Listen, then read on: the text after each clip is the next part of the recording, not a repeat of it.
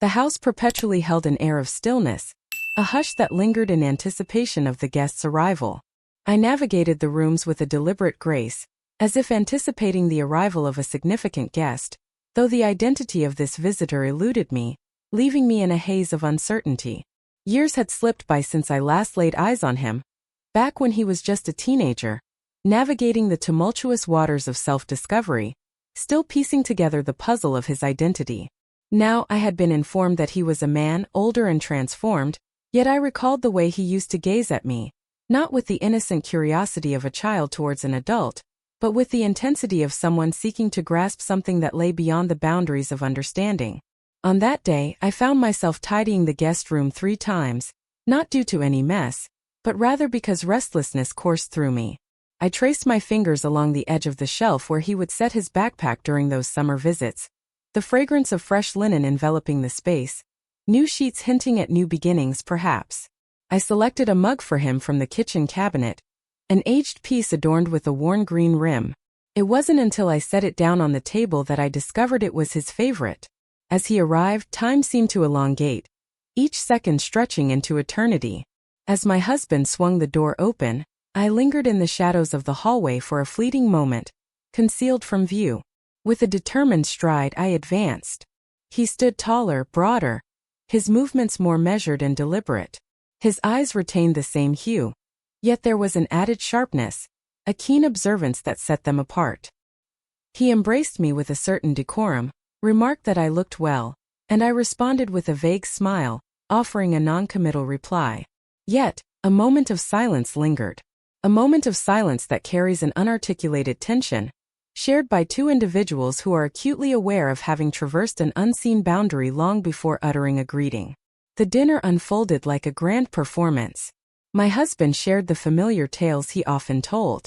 I listened, nodding at the appropriate moments, feigning laughter when it was called for. Yet across the table, I sensed his gaze upon me. Not a stare but a quiet awareness. As I lifted the fork to my lips, it quivered slightly in my hand. I reassured myself that it was merely the wine. As the evening wore on and the flickering images of an old film danced across the screen in the living room, I quietly slipped away to the sanctuary of the bathroom. I lingered before the mirror, captivated by my own reflection, more than I typically would. The illumination lacked charm, yet I examined my visage with a sense of dispassionate intrigue. The delicate creases that adorn my eyes, the gentle tenderness that time bestows. Not negatively, merely in a distinct manner. My fingers glided over the gentle slope of my neck, tracing the delicate line of my collarbone. I had no intention of seeking beauty. I found myself in pursuit of a sensation that had long eluded me. Desire for sustenance. Rhythm. A flicker of light. I retired early, burdened by a throbbing headache. The reality was that I could no longer endure sitting beside both of them on that couch for even a moment longer. The disparity between the two, the one I possessed and the one I dared not envision, began to resonate too profoundly, even amidst the quietude. As I lay in bed, I reflected on the countless years that had slipped by unnoticed, while I remained oblivious to the contours of my own body beneath the sheets. It wasn't that my husband lacked kindness. He existed. Yet, kindness does not equate to desire. Comfort does not burn bright like fire. Long ago, I ceased to anticipate anything more than a gentle goodnight kiss and the soothing cadence of breath beside me. As dawn broke, I found myself rising earlier than I typically would. I dedicated a considerable amount of time to selecting my attire, not out of a desire to impress, I reassured myself, but rather to experience a subtle transformation within. I selected a blouse that had remained untouched in my wardrobe for years, its fabric delicately sheer when illuminated by the light. I adorned myself with perfume, just a hint, a whisper of its existence. Upon my arrival in the kitchen, he was already present, bare feet on the cool floor, savoring his coffee. The morning light streamed through the window, draping the wooden floor in a warm golden glow.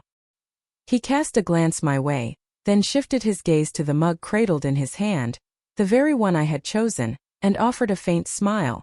Moments later my husband entered, shattering the stillness. Our conversation meandered through the mundane, errands to run, the whims of the weather, and the anticipation of weekend plans. Yet my thoughts wandered, gathering pieces, The arc of his forearm as he extended for a spoon, the subtle shift in his voice when he uttered good morning, the delicate stubble on his chin that marked his transition from boyhood. Throughout the day, I wandered the house as though seeking to evade the closeness, yet I remained attuned to the sound of his footsteps, ever alert for his image in the glassy surfaces of the windows.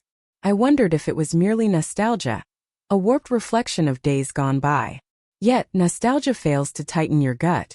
It fails to steal your breath away when someone glides by you in the corridor. That night slumber eluded me. I wandered barefoot into the kitchen, yearning for water, for clarity, for anything at all. He stood there once more, bare-chested, partially facing the ajar refrigerator. He gazed at me, his eyes locking onto mine in the shadows, and an unspoken connection flickered between us. Silence reigns. Only warmth. Without uttering a word, I turned and departed. Reclining in bed, I placed my hand gently against my chest. The warmth of my skin enveloped me. My heart beat a subtle rebellion. With my eyes shut, I surrendered to the embrace of silence, allowing it to guide me onward. Not drawn to slumber, but rather to an unusual, hushed yearning that had eluded me for decades. A yearning that terrified me more than any truth I had ever dared to confront. And I was aware, even at that moment, that this was merely the outset. That morning I found myself struggling to awaken fully. My body sensed the call of dawn, yet my mind lingered in the shadows, reluctant to heed its summons. My head pulsed as though the night had not been devoted to rest, but rather to traversing a tempest within. I remained motionless for a time, gazing at the ceiling, anticipating a change in the stillness around me. Silence enveloped the house. My husband had departed. He consistently found a way to slip away early, lost in the depths of his own thoughts. Long ago we drifted into distinct rhythms, not through discord, but through a serene acceptance of our divergence. I descended the stairs with bare feet, taking my time. The kitchen was filled with a refreshing coolness, the windows ajar just enough to let in a gentle breeze. Upon the table lay a neatly folded newspaper alongside a note penned by my husband. Departed for a brief sojourn. The conference has been extended. The lunch awaits in the fridge. It unfolded in a manner that was all too familiar, entirely expected. I felt no anger toward him. He was neither unkind nor aloof. His absence loomed larger than either of us dared to acknowledge. I poured myself a cup of coffee, the bitter aroma anchoring me in the moment. Just as I turned, he entered the room, still half asleep, clad in a t-shirt and comfortable sweatpants. His hair lay in disarray, his face bearing the marks of neglect. He appeared almost vulnerable, his unguarded expression revealing a depth of intimacy. Excessively vibrant for this dwelling. Excessively vibrant. "Good morning," he said, his eyes narrowing a bit against the bright sunlight. I nodded, striving to maintain a composed expression, yet the intensity of his gaze felt akin to a delicate caress against unprotected flesh. Subtle. Not unsuitable. Fully charged. Uncertainty clouded my thoughts. Was he truly engaging in a game? Or was it merely a figment of my imagination? A woman in her later years yearning for recognition. Yet, what had compelled me to select this specific bra that morning? What had compelled me to stand before the mirror, tracing a fingertip along my waist? It is not meant for him. Not intended for my husband. Yet, there existed a fragment of my being that yearned to experience emotion. The day unfurled in peculiar, fragmented instances. The air between us was thick with unspoken words, the silence vibrating with an electric tension. The late morning sun sliced through the air, casting thick strips of light across the wooden porch as I swept its surface clean. He ventured outside, extending a hand to assist. I gracefully declined. He appeared unbothered, simply resting on the steps, propping himself up on his hands, and staring up at the sky. It was a gesture steeped in the mundane. Yet observing him engage in that act awakened a profound feeling within. The contours of his arms, the gentle incline of his chest beneath the fabric.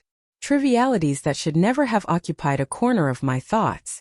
And yet there they stood. I reassured myself that it was merely a figment of my imagination. This was not reality. Simply cannot be. Yet, denial proves futile when your body has begun to respond, even before your mind has the opportunity to object. As the sun dipped below the horizon, I uncorked a bottle of rich red wine, a daring arid vintage we had preserved for years, without any specific purpose. A bottle crafted for the purpose of commemorating a day that has yet to dawn. This day, in its own peculiar way, seemed to earn its distinction. "Would you care for a glass?" I inquired, my voice unwavering. He inclined his head in acknowledgement. We found ourselves once more upon the porch. The light beyond the window was gently transforming into a warm hue of gold. Soft melodies filled the air. Something ancient, something devoid of language, merely piano notes that appeared to drift around us like the very air we breathe. We engaged in conversation. However, not a great deal. The atmosphere outside, the urban landscape, individuals who had faded away from our existence long ago. Yet the silences that lingered between the words were laden with unexpressed sentiments. He heard me with a depth I hadn't felt in years. Not with courtesy, with a commanding presence. His silence enveloped me, grounded me, and unraveled me simultaneously. As I rose to depart, he rose as well. Nearer than ease would have permitted. I did not retreat. His hand grazed against mine with intention. Gently, as though bracing for dismissal. I remained still. We exchanged glances not filled with shock or fear, but rather with the subdued ruin of those who had stepped beyond a boundary. In that moment his lips met mine. It unfolded with a sense of calm and purpose. It was intentional. Soft. A kiss that posed a question I found myself unable to answer, yet was reluctant to refuse. My body reacted with an alarming swiftness, almost effortlessly. The sound of blood surged in my ears. My skin glowed, tender and alive with sensitivity. It had been years since I experienced a kiss like that. Not as a spouse nor as a duty, but as a hidden truth. I was the one to pull away first. Neither from guilt nor from shame. Merely intuition. I stepped inside, my legs trembling, my breath faltering. The atmosphere within seemed to grow denser, more inviting. I hurried to the bathroom and gazed at my reflection once more. Not with judgment, but with a sense of loss. My fingers brushed softly against my lips. A delightful sensation coursed through them. The memory lingered, refusing to fade away. I had no desire to. That night slumber eluded me. I reclined in bed, my eyes wide open, gazing into the abyss as my skin tingled with the echoes of the past. My husband didn't cross my mind. It wasn't due to a lack of love for him. Rather, it was the presence of another in this house who, in just 2 days, had awakened a sense of self within me that I hadn't experienced in years. This was not confusion. This was no mere coincidence. A realization dawned upon me. This was the start of something new. And I had come to understand that beginnings are seldom pure. The morning unfolded in a silence that seemed more profound than ever, as if the very air had thickened during the night. I lingered in bed beyond my usual time, attuned to the faint symphony of the house, the gentle hum of the refrigerator, the soft footfalls from the floor below, and the sporadic, muted thud of a cabinet shutting. The world moved forward, yet within me a stillness lingered. The recollection of his lips against mine lingered softly, a gentle warmth beneath my skin.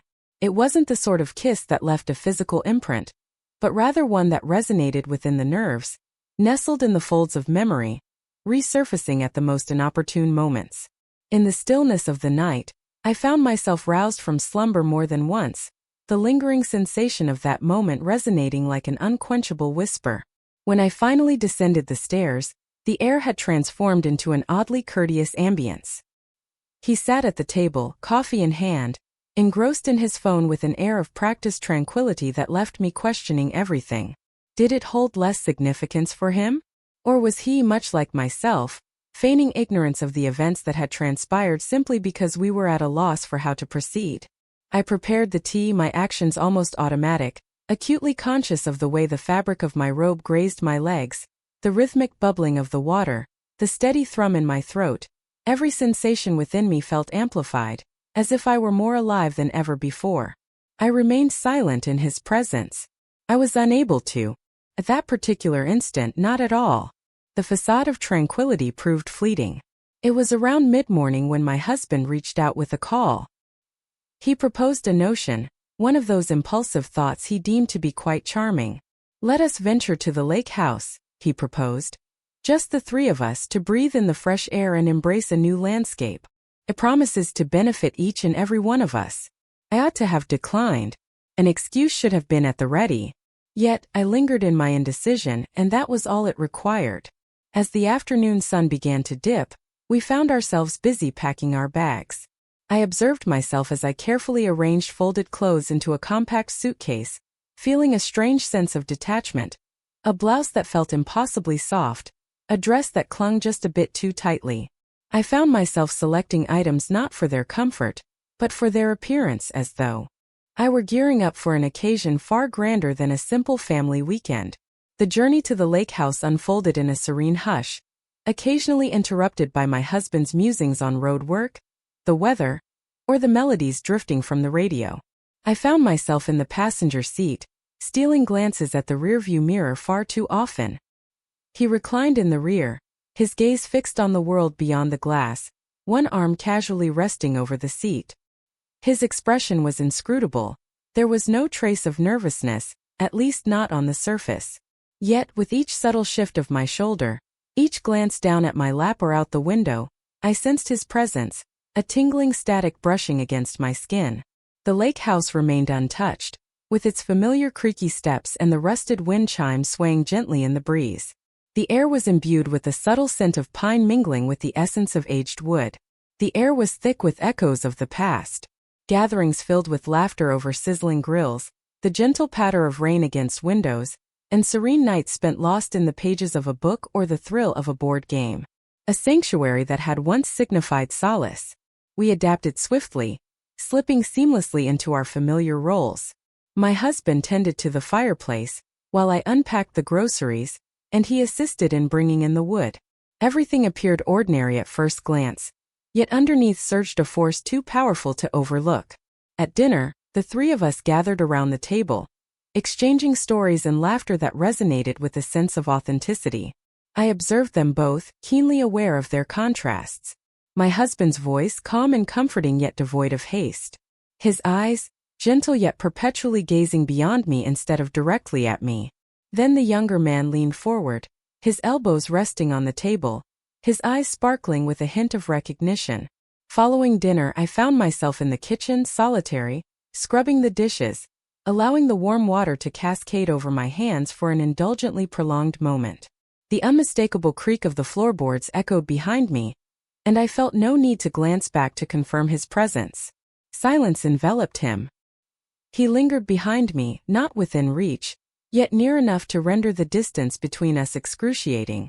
I took my time to dry my hands. My breath came in fits and starts, and I loathed the way it betrayed my inner turmoil. I reached for a towel and turned, discovering him nearer than I had anticipated. Our gazes met in a silent exchange. His gaze held no trace of playfulness or flirtation. The atmosphere was hushed, imbued with a weighty solemnity. Uncertainty clouded my mind, and the thought of inquiring about his thoughts felt too daunting to entertain. Instead, I moved aside, my shoulder grazing his in the confined kitchen space. In that fleeting moment of connection, warmth spiraled down my spine. He remained still. I refrained from offering an apology. As the night deepened, the power suddenly flickered and vanished. "There seems to be a fuse issue," my husband murmured. He stepped outside, flashlight in hand, grumbling about the antiquated wiring and the storms that had come and gone. I perched on the brink of the bed, enveloped in the dimness, as the rain commenced its gentle dance upon the roof above. Suddenly he materialized in the doorway. He wandered without shoes, clad in a simple t-shirt and relaxed trousers. The hallway's light grazed the contours of his face, casting the remainder into darkness. Silence enveloped us. He rested against the doorframe, exuding an air of belonging, as if he were in anticipation. I rose gradually, uncertain of the very vessel I inhabited. Every step taken toward him seemed to belong to another soul. Yet I embraced them regardless. Upon my arrival, there was no contact between us. There was no necessity for us to do so. Our breaths synchronized, light and deliberate. The scent of rain clung to him, the heat of his skin tantalizingly close to my own. I heard my husband's voice echoing from downstairs. A detail concerning the breaker. We unraveled before we had the chance to weave our threads together. The moment concluded, yet it lingered on. That evening I reclined in bed with my husband by my side, attuned to the rhythm of the rain, the gentle wheeze of his breath, and the serene stillness enveloping us. Yet my thoughts wandered to distant realms. It lingered in the pause between heartbeats, in the small distance that remained unbridged between us upstairs, in the quiet of a threshold yet to be crossed but already left behind. In that moment I realized this was more than mere temptation. This was the essence of momentum. I found myself uncertain about whether I truly wished to bring it to a halt.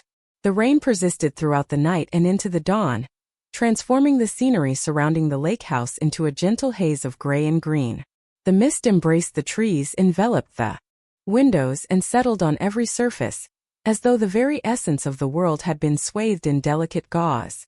There I was, bare feet planted on the cool floor by the kitchen sink, cradling a steaming cup of black coffee, my gaze fixed on the delicate droplets tracing their way down the glass. Each one traversed its own journey, tentative, unsure, much like myself. I awoke before either of them, restless in the bed I had occupied for years, feeling a weight of suffocation that made sleep impossible. My husband's actions were not to blame. He had committed no offense. Perhaps that was the issue at hand. He had not taken any action. Not in the slightest. I reclined next to him the night prior, attuned to the steady cadence of his breath, the subtle whistle in his nose that had once vexed me, now amplifying the profound solitude that enveloped us. His body radiated warmth, his hand inadvertently grazing mine in the shadows, yet an icy chill enveloped me. I averted my gaze from him and surrendered to the embrace of sleep, much like one awaits forgiveness, harboring hope yet bracing for disappointment. Upon hearing the floor creak above, I remained still. The unmistakable cadence of footsteps, slower and more ponderous than I remembered, signaled his arrival. He refrained from stepping into the kitchen. Not immediately. I felt his presence close by, a subtle shadow, honoring the space I hadn't requested, yet silently wishing I would bridge that gap on my own. And I had the desire to. The aspect of my being that had long lain in slumber now awakened with relentless vigor. It heightened my senses, drawing attention to the way my shirt adhered to my skin in the oppressive humidity, the slight constriction of my underwear's elastic at the waist, and the sensation of my back's curve as I stretched to grasp something perched high on the shelf. It was not a matter of vanity. It was a resurgence. Following our morning meal, my husband proposed the customary routine.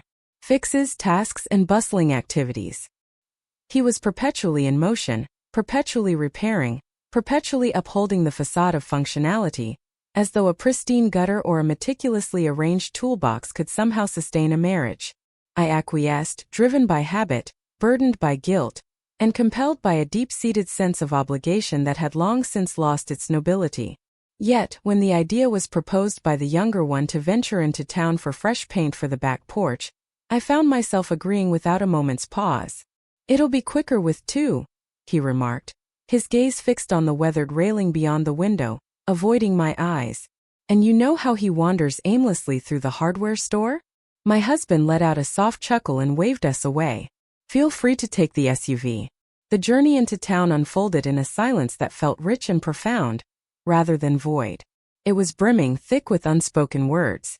Intermittent phrases drifted through the air, observations about the trees, reflections on the condition of the road, and musings on the soft melodies emanating from the radio. Yet, in the grand scheme, it all held no significance. I felt the palpable space that separated us, the way his hand hovered near the gearshift, while mine remained intentionally in my lap, tightly clenched. The town was quaint, drowsy, and reminiscent. We paused at a corner store to gather our supplies: brushes, tape, and cans of paint. He bore the weight of it all alone, resolute and undaunted, his shirt clinging to him from the gentle rain that continued to descend. I observed him hoist the boxes into the trunk, the sinews in his arms rippling beneath the fabric. "Is this truly merely a matter of paint?" I inquired abruptly, my tone softer than I had intended. He glanced in my direction. "No," he replied, "but it's where we find ourselves." It transcended flirtation, it surpassed seduction. It was pure honesty. It caused an unexpected tightness in my chest. As I made my way back, the road gracefully wound around the lake, with trees stretching their limbs above, creating a verdant archway. Soft, golden light filtered through, caressing the windshield with its gentle touch. I extended my hand to adjust the sun visor, allowing it to drift between us, nearly brushing against his. Neither of us stirred, remaining perfectly still. The silence deepened, not suffocating but rather profoundly personal. My breath hitched in my throat as I stole glances at his profile repeatedly, captivated by its strength, the quiet restraint it exuded, and the way his jaw clenched when he drifted into contemplation. I longed to express a thought, to utter a word, yet I found myself simply resting my hand softly atop his. It lacked audacity, hardly qualifying as a true gesture, yet he turned his hand with deliberate slowness, encircling my fingers with his. The warmth of his skin enveloped me, while the texture of his palm was unmistakably coarse. No one had reached out to me in that way for years, not with such ease, such awareness. My heart raced more than it ought to have, and I pulled away after mere moments, yet the feeling lingered with me throughout the entire journey home. Upon our return, the house lay in a hushed stillness. My husband had ventured into the shed, engrossed in the task of mending a broken window latch. I occupied my hands with the groceries, arranging the cans on the shelf one by one, fully aware that the sequence held no significance. He stepped into the kitchen, pausing at the threshold. "I'll begin with the porch," he remarked. "There's no need to hurry." He averted his gaze, not entirely meeting my eyes, yet I understood the unspoken words between us. I nodded, my fingers still encircling the jar that remained unplaced. The rhythm of my heartbeat echoed in my ears. The atmosphere surrounding us had grown dense once more. As the afternoon waned, I ascended the stairs in solitude. I found it necessary to change my attire, to cleanse my face, to inhale deeply once more. In the seclusion of the guest bathroom, I propped myself against the sink and gazed at my reflection. The mirror was veiled in a delicate mist, a soft haze born from the warmth that enveloped the room. I polished it to a shine, gazed intently. The collarbone of my blouse bore the weight of dampness. With deliberate slowness I unbuttoned it, my gaze fixed on my own hands. The lace of my soft lavender bra, selected in a moment of thoughtlessness this morning, now seemed to carry the weight of a confession. I removed it and substituted it with a new one. Obsidian. Simple. Streamlined. Not out of any deliberate intention, but rather from a deep-seated desire to experience something new. Seeking. Awakened. I could hear his voice drifting up from downstairs. Not the words, merely the cadence. I had no desire to grasp the meaning of his words. I simply yearned to continue listening to them.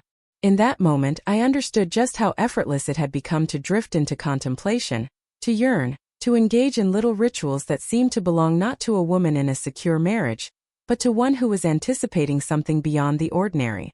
I had shed the facade at last. I found myself in the midst of preparation. What's the most disheartening aspect? I felt no shame. A surge of vitality coursed through me. In the stillness of that night, silence enveloped us. As we gathered for dinner, we settled into our familiar spots, my husband unaware of the unspoken exchanges, the void that was simultaneously barren and brimming between myself and the man seated opposite. As I settled into bed, I reclined in my clothes, surrendering to the embrace of sleep. The window stood ajar.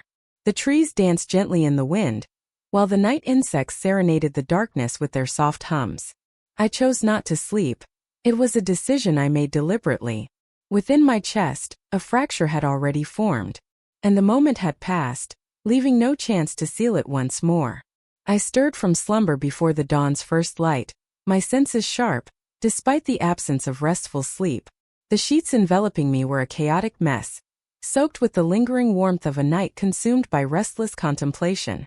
The space beside me on the bed lay vacant, a stark reminder of my husband's absence.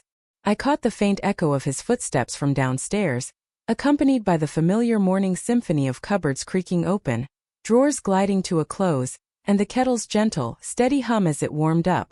I lingered in bed longer than necessary, my body feeling both weighted and electrified by an elusive sensation I couldn't identify. The burden of unspoken words and unfinished actions pressed heavily upon my chest, akin to a tide that stubbornly lingered, refusing to ebb away. My hand lay gently on my stomach, as though attempting to quell the unease within, Yet it was not discomfort that stirred inside me. It was a feeling of eager expectation. As I finally rose, I navigated my morning routine with the precision of an actor preparing for a role that remained just out of reach of my comprehension. I selected a sleek black dress, elegantly understated yet tailored to perfection, featuring a neckline that subtly reminded me to maintain my posture. Beneath it all, I donned the delicate, charcoal gray lingerie I had acquired in a moment of daring, yet had left untouched until this journey. The fabric embraced my skin, instilling a sense of grounding, heightening my awareness of each breath and every subtle movement. The morning meal unfolded in silence. My husband lingered at the table, absorbed in his emails, a half-empty mug cradled in his hand. I poured the coffee, took a seat beside him, and let the silence envelop us. He spoke to me in that calm, pragmatic manner he always employed, inquiring if I would be interested in assisting with the replanting of the garden beds later, pondering whether we ought to tidy up the boathouse. Before the weather took a turn, I inclined my head, offered gentle responses, and smiled at the appropriate times. He remained oblivious to the way my fingers clutched the cup with an intensity that spoke volumes. As the late morning sun climbed higher, he set off to see the neighbors across the lake, old friends who never failed to greet him with open arms, ready for lengthy discussions about politics, the weather, and the endless cycle of repairs. He inquired whether I wished to join him. I gracefully turned it down. He suggested taking the afternoon. Take a moment to pause. At last, after what felt like an eternity, silence enveloped the house. I lingered in the living room, my gaze fixed on the void, lost in thought. The shadows had transformed since our arrival. The light filtering through the windows appeared transformed, gentler, imbued with a golden hue as if it concealed a hidden truth. The sun's warmth enveloped my arms, seeping through the delicate fabric of my dress, and I surrendered to it, allowing it to infuse my skin with a sense of freedom. He discovered me in the open air. The gentle creak of the back screen door reached my ears, accompanied by the quiet whisper of his footsteps on the grass. I chose not to look back. Perched upon the low stone wall that bordered the garden, I found my hands gently resting on my knees, my gaze fixed upon the shimmering water. It shimmered on the horizon, tiny waves reflecting the light as if they were alive. He approached yet remained silent.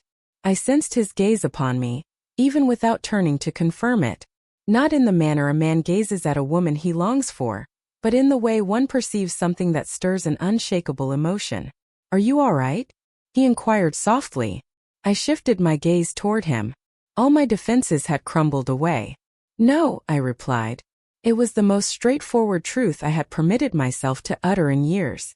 He lingered beside me, a presence unyielding, neither touching nor urging, simply existing in the space between us. His proximity was overwhelming in its tenderness.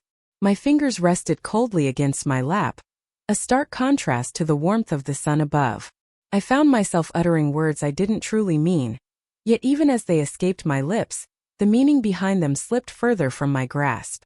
His silence spoke volumes, a presence felt even in the lack of words. It was an undeniable presence. It was attuned to the sounds around it. I shifted my gaze toward him. Our faces hovered in proximity, rendering words unnecessary.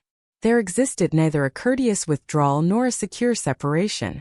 Only we remain, caught in the delicate balance of what has been and what must come. And then our lips met. It lacked softness. It was no longer marked by the uncertainty of that initial encounter. It was a surrender, swift and consuming, ignited by days of restraint and a lingering ache. My hands found their way to his shoulders, while his settled at my waist. His fingers entwined with the fabric of my dress, and I sensed the shiver that coursed through him, reflected in my own body. Our lips met with the certainty of those who had chosen their path, even if the reasons eluded them for the moment. Yet, as it concluded, we remained still. We lingered in proximity, our foreheads almost brushing, eyes gently shut. The breeze wove its way through the branches overhead, bringing with it the sweet melody of birds and the earthy aroma of moist pine. I anticipated a surge of guilt, a wave of shame. What I experienced, however, was a profound sense of clarity. Not joy, not a sense of relief. There was a piercing clarity in the air, a realization that everything was on the brink of transformation, and deep down, I had longed for this moment. We returned indoors in silence. There was no need for me to inquire about his feelings. I was already aware. His silence had ceased to be an enigma. It was a response. The remainder of the afternoon enveloped me in an unusual tranquility, as I wandered through the rooms of the house, feeling as though they were the domain of another. With a gentle touch, I pried open drawers long forgotten, smoothed the blankets on the guest bed, and artfully rearranged a vase of wildflowers by the window. Each motion resonated as a tribute, an homage to the existence I had known, and the one that was slipping away from me. Upon his return later, my husband was in high spirits. He recounted tales of the neighbor's new puppy, the wine they had uncorked, and the anecdote of a sailboat ensnared in the weeds. He remained oblivious to the tightness in my shoulders, the subtle flinch I made as he attempted to sweep my hair aside. He pressed his lips gently against my cheek before ascending the stairs to take a shower. I lingered in the hallway, one hand pressed against the wall, my heart pounding like a hidden truth yearning for revelation. Under the cloak of night, he orchestrated a surprise dinner. He prepared a meal, an uncommon occurrence. For him, arranging the table with flickering candles and employing the linen napkins we reserved for special occasions. He was making an effort. I observed that. Perhaps he had an inkling of what lingered in the air. Or maybe he was merely attempting to grasp at the remnants of a past we had both relinquished long ago. The dinner unfolded in silence, marked by a gentle kindness that felt utterly devastating. I was acutely aware, with a deep-seated ache, that I did not wish to be touched by him that night, or maybe never again. Not due to his shortcomings, but because another had touched a part of me I thought had long since faded away. Once he succumbed to slumber, I quietly extricated myself from the warmth of the bed and positioned myself by the window. The lake glistened beneath a slender beam of moonlight. I lingered in quietude, my arms encircling myself, adorned in the lingerie I had worn throughout the day. I held back my tears. I remained still. I gazed at the stars' reflection dancing upon the dark water, pondering how something so tranquil could evoke such a sense of peril. I stirred from slumber the following morning, my body hesitant to rise, as though it understood that stepping into awareness would bring with it the burden of unspoken decisions that lingered in the shadows of my mind. The atmosphere in the room hung heavy, burdened by the stillness of the closed windows. I rose gradually, my fingers gliding over my thighs, seeking to anchor myself in the now. Yet my thoughts lingered in another realm, caught in the space between the kiss of yesterday and the quiet that ensued. Silence enveloped the house once more. The absence of my husband had become a mere whisper in the fabric of my daily life. He frequently departed at dawn, meandering towards his modest endeavors, to his toolbox and weekend agendas that had transformed into his method of occupying the voids I no longer filled. As I slipped a long cardigan over my nightgown, I made my way down the stairs, the faint melody of a radio drifting from the shed reaching my ears. He stood in the open air. I could avoid confronting him, at least for the time being. The kitchen was infused with the lingering aroma of last night's wine, subtle hints of garlic, lemon, and the soft scent of melted wax. He had made an effort. The table remained as it was, one plate untouched, a crumpled napkin bearing the marks of my grip as I listened to his tale of a friend's retirement celebration. A smile had graced my lips. I had given a slight nod. I had even laughed once, the sound slipping from my throat like an alien whisper, strange and unrecognizable. He remained oblivious to the subtle retreat of my hand as his grazed against it. Perhaps he had observed it yet decided to turn a blind eye.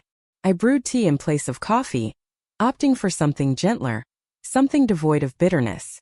I settled into the chair by the window in the back room, where the view stretched out to the trees that bordered the path leading to the water.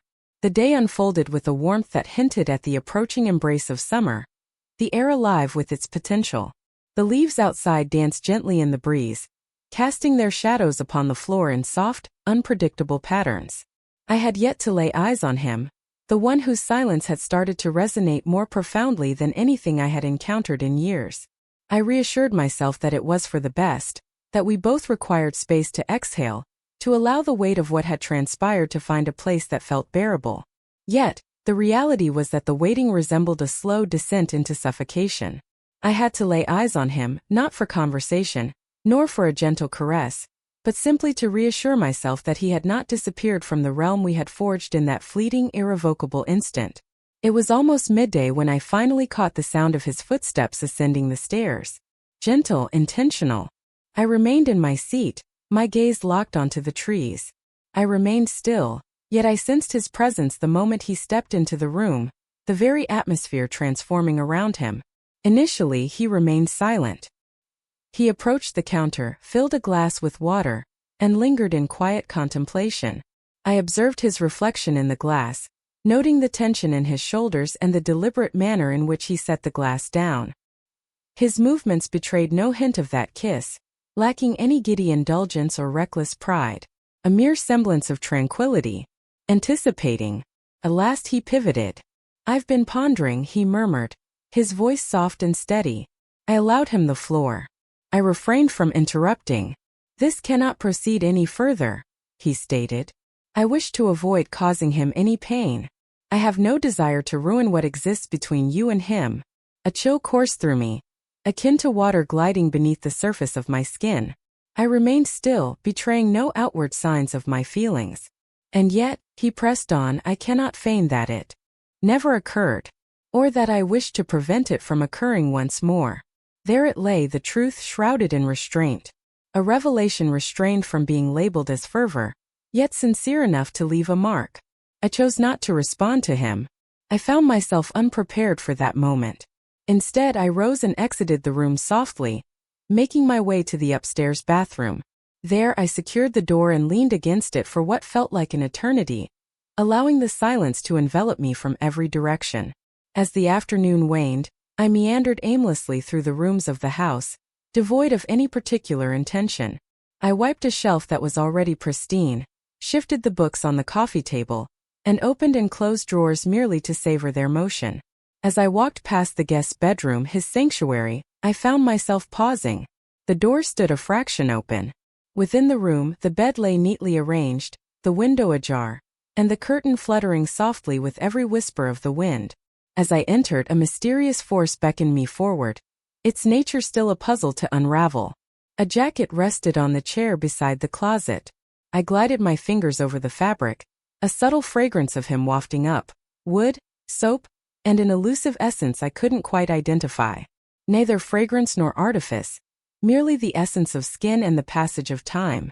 I perched on the edge of the bed, my hands clasped tightly in my lap, my gaze fixed on the floor beneath me.